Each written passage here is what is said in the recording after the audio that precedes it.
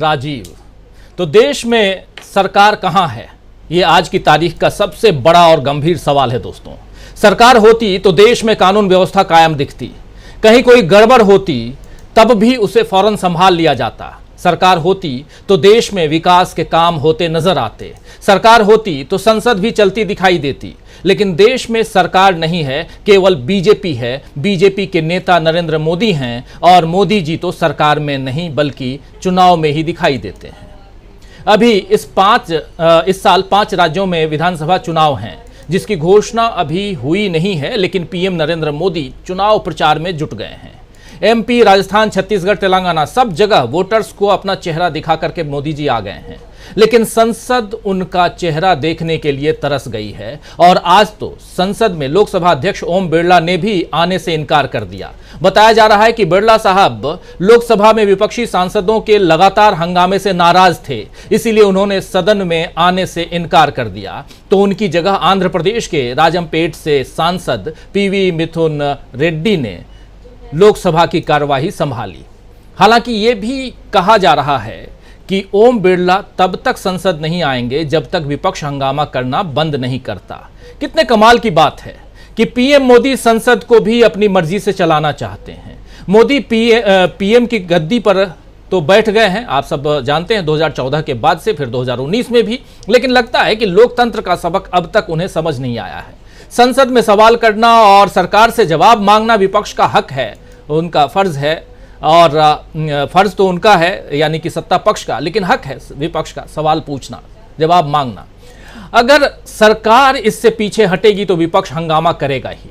अब ये तो सरकार के ऊपर है कि वो हंगामा चाहती है या सदन को चलने देना चाहती है। लेकिन यहां तो लोकसभा स्पीकर इस वजह से नहीं आ रहे हैं कि विपक्ष हंगामा कर रहा है। स्पीकर होने के नाते वो पीएम से कह सकते हैं कि वो सदन में आएं और जवाब दें। लेकिन एक सवाल यह भी है कि क्या सिर्फ विपक्ष सदन के अंदर हंगामा कर रहा है?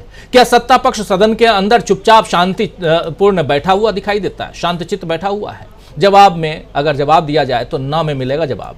सत्ता पक्ष की संख्या ज्यादा है और उनकी आवाज बहुत उसी अनुसार ज्यादा सुनी जाती है, ऊंचाई के साथ उनकी आवाज आती है। मगर हंगामेबाज तो विपक्ष को ही कहा जा रहा है। खैर, इधर राज्यसभा का हाल भी बुरा है। राज्यसभा में विपक्षी दलों ने मणिपुर हिंसा पर चर्चा की मांग करते हुए 60 नोटिस दिए, 267 रूल के आधार पर, जिन्हें सभापति जगदीप धनखड़ ने अस्वीकार कर लिया है। और इससे नाराज विपक्ष ने राज्यसभा से वॉकआउट कर दिया।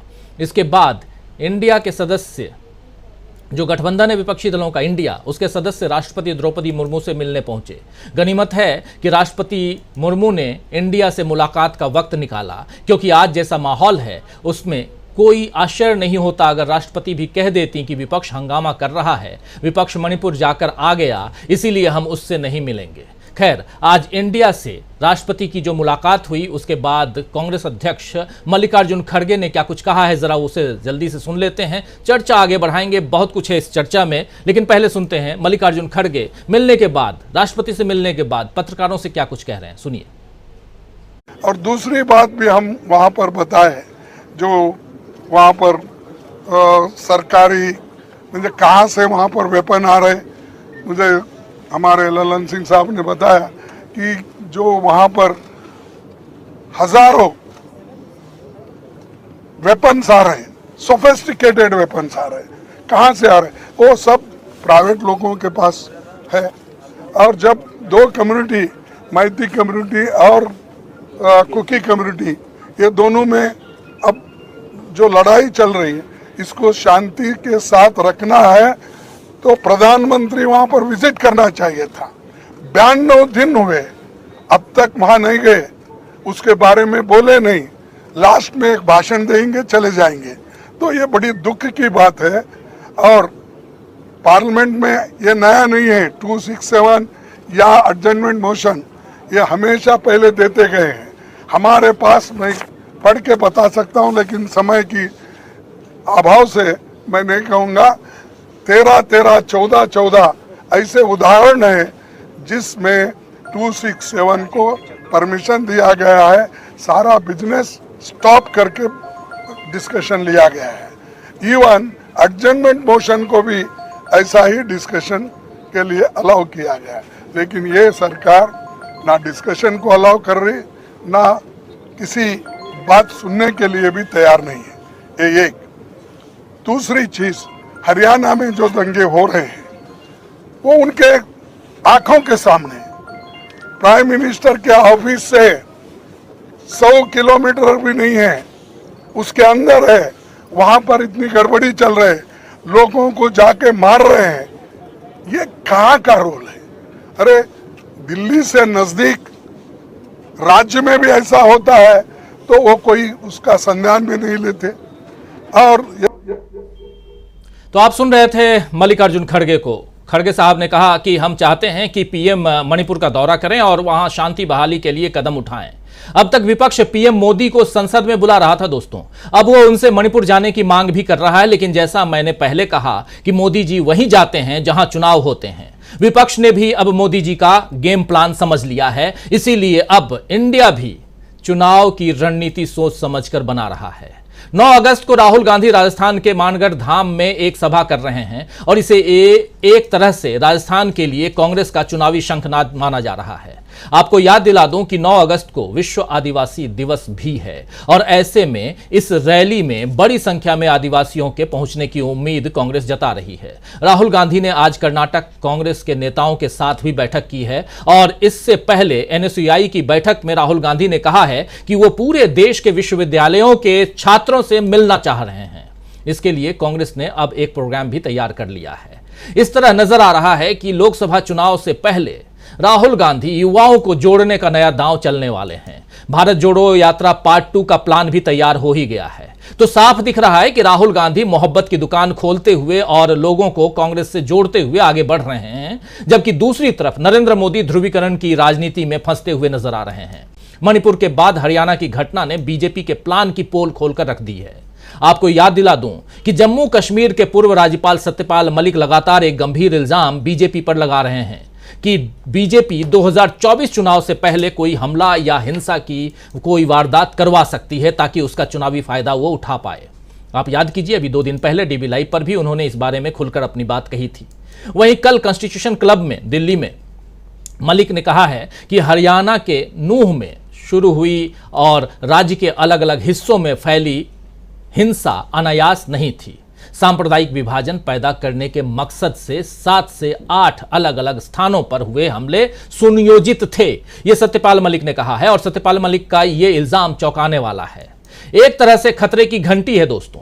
पिछले चुनाव से पहले पुलवामा था, इस बार मणिपुर हरियाणा है और आगे न जाने क्या क्या होगा। वैसे बीजेपी की ध्रुवीकरण की नीति से अब उसके सहयोगी बिदकने लगे हैं। हरियाणा में ही डिप्टी सीएम दुष्यंत चौटाला ने हिंसा के लिए वीएचपी यानी विश्व हिंदू परिषद की शोभा यात्रा के आयोजकों को जिम्मेदार ठहराया है। और इधर सुप्रीम कोर्ट के जस्टिस संजीव खन्ना की अध्यक्षता वाली बेंच ने दिल्ली, यूपी और हरियाणा के अधिकारियों से यह तय करने के लिए कहा है कि रैलियों में किसी भी समुदाय के खिलाफ कोई नफरत भरा भाषण न हो या हिंसा या संपत्ति को नुकसान न पहुंचे।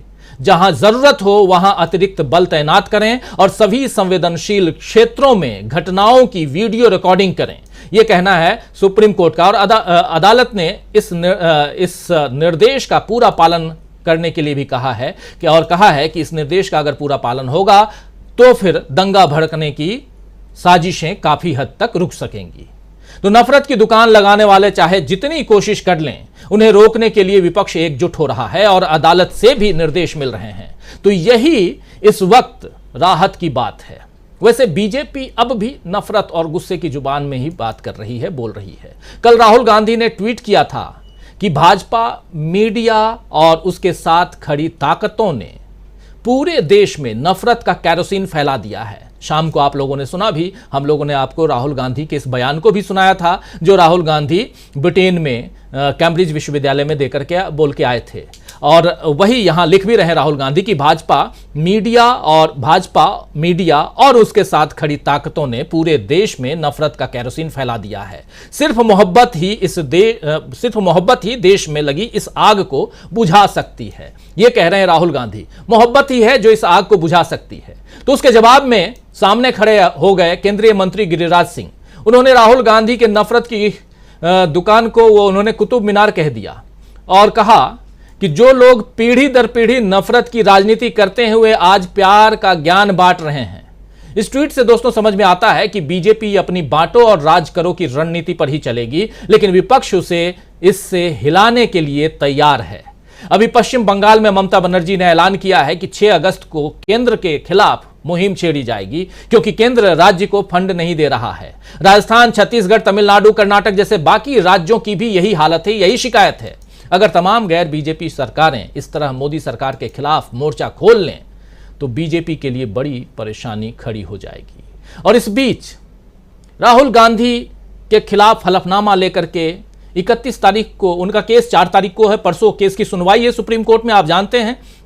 और उस केस में सुप्रीम कोर्ट ने हलफनामा दायर करने के लिए कहा था पूर्णेन मोदी को, और मोदी साहब जो हैं वो पहुंच गए, पूर्णेश मोदी को, माफी चाहूंगा, पूर्णेश मोदी को। पूर्णेश मोदी साहब जो हैं वो हलफनामे के साथ पहुंच गए सुप्रीम कोर्ट 31 तारीख को, 31 मार्च को, परसों। उन्होंने जो हलफनामा दाखिल किया है उसमें 3 महत्वपूर्ण बातें उन्होंने कही हैं। राहुल गांधी की छवि जो है वो आपराधिक है, आपराधिक प्रवृत्ति है, और ऐसी 2 बातें और भी हैं, उन सब पर चर्चा हम आने वाले समय में करेंगे आगे। और उसके खिलाफ आज राहुल गांधी ने भी अपनी बात रखी है, जिस पर सुनवाई परसों है। तो बहुत कुछ है। पूरे दिन भर की घटनाओं को आपके सामने रखने की कोशिश इसलिए होती है क्योंकि इस कार्यक्रम में बहुत कुछ आप तक हम पहुंचाने की कोशिश करें, पहुंचा दें आप तक। जो कुछ चल रहा है, जो बातें छिपाई जा रही हैं आप तक, उन बातों को आप तक हम पहुंचाएं।